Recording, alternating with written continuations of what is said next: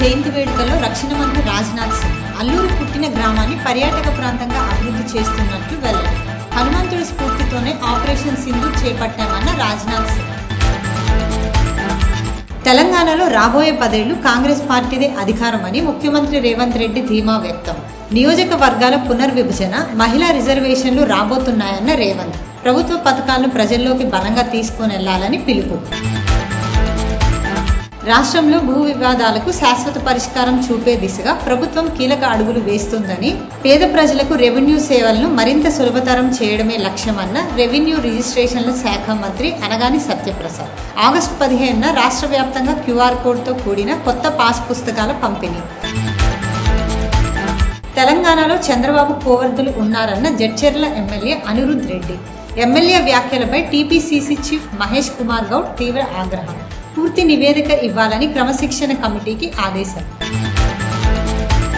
తెలంగాణ బీజేపీలో అసమ్మతి నేతలపై రాష్ట్ర అధ్యక్షుడు రామచంద్రరావు తీవ్ర వ్యాఖ్యలు. పార్టీ క్రమశిక్షణను ఉల్లంఘిస్తే ఎంతటి వారైనా చర్యలు తప్పవని హెచ్చరిక. పార్టీ నుంచి ఎవరు వెళ్లిపోయినా పెద్ద నష్టమేమీ ఉండదని స్పష్టం. ఎన్నికల సమయంలో ఇచ్చిన సూపర్ 6 హామీలను పూర్తిగా అమలు చేయకుండా ప్రభుత్వం ప్రజలను మోసం చేస్తుందన్న బొత్స సత్యనారాయణ. కేసులు బెదిరింపులకు భయపడపోమని వ్యాఖ్య. భారత నౌకాదళంలో ఫైటర్ పైలట్గా శిక్షణ పొందిన తొలి మహిళగా ఆస్థా పూనియా. INS డేగాలో విజయవంతంగా శిక్షణ పూర్తి. ప్రతిష్టాత్మక వింగ్స్ ఆఫ్ గోల్డ్ పురస్కారం స్వీకరణ. తెలంగాణలో 13 రాజకీయ పార్టీలకు రాష్ట్ర ఎన్నికల సంఘం నోటీసులు.